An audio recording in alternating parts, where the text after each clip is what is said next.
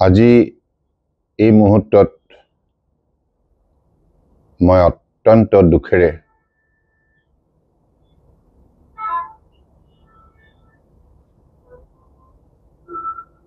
মানে আমাৰ অসমীয়া জাতীয় জীৱনৰ মৰমৰ শিল্পীগৰাকী নাই এই কথা ভাবিবই পৰা নাই কাৰণ যিগৰাকী জুবিন গাৰ্গ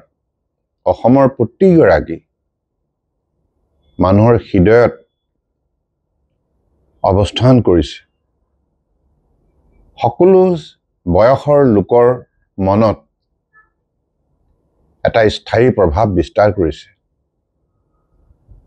আৰু একেবাৰে ঘৰুৱা শিল্পী মৰমৰ শিল্পী হিচাপে জুবিন গাৰ্গক অসমীয়া জাতিয়ে অত্যন্ত আন্তৰিকতাৰে হৃদয়ত স্থান দিছে আৰু সেইগৰাকী শিল্পী হঠাৎ নাইকিয়া হ'ল এই কথাটো মই ভাবিবই পৰা নাই আজি এই মুহূৰ্তত মই খবৰ পাই মোৰ মনত পৰিছে যে জুবিন গাৰ্গৰ লগত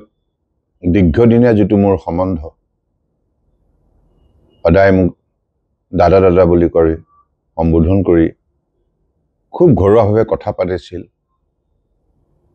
আৰু অত্যন্ত আন্তৰিকতাৰে কথা পাতিছিল খুব স্পষ্টবাদী আছিল নিৰ্ভীক আছিল মনৰ কথাটো খোলাখুলিকে কৈ দিছিল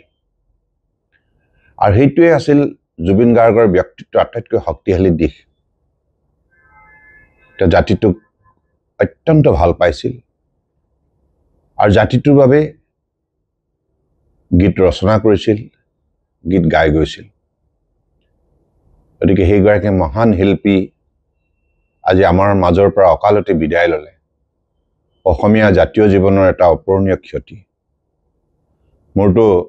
এতিয়াও মোৰ এনেকুৱা লাগিছে যেন জুবিন গাৰ্গ আছেই সেইকাৰণে মই ভাবোঁ যে তেওঁ কেতিয়াও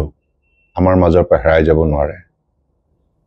জুবিন গাৰ্গ সদায় আমাৰ মাজতে থাকি যাব আৰু আমি জুবিন গাৰ্গক মৰমেৰে আঁকোৱালি লৈ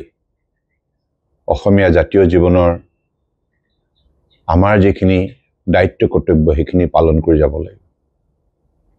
গতিকে আজি এই মুহূৰ্তত মই জুবিন গাৰ্গৰ বিদেহী আত্মাই যাতে চিৰশান্তি লাভ কৰে তাৰ বাবে ঈশ্বৰৰ ওচৰত প্ৰাৰ্থনা জনাইছোঁ আৰু তেওঁৰ শোকসন্তপ্ত পৰিয়ালবৰ্গলৈ গভীৰ সমবেদনা জ্ঞাপন কৰিছোঁ জুবিন গাৰ্গে কম বয়সতে কঠোৰ পৰিশ্ৰমৰ সাধনাৰে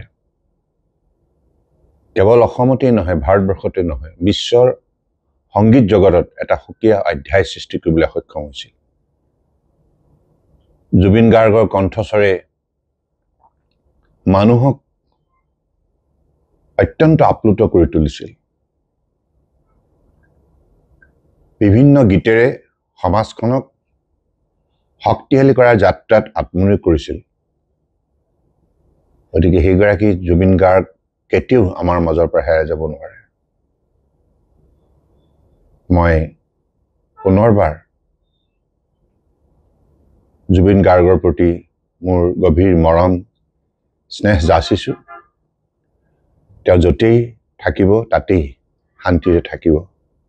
ঈশ্বৰে মৰমেৰে জুবিন গাৰ্গক কুলাত স্থান দিব আপুনি বিচৰা বাতৰি পাব কেৱল নিউজ 18 এপত নিউজ 18 এপ ডাউনলোড কৰিবলৈ স্ক্যান কৰক এই QR কোড গুগল প্লে ষ্টৰতো পাব এই নিউজ 18 এপ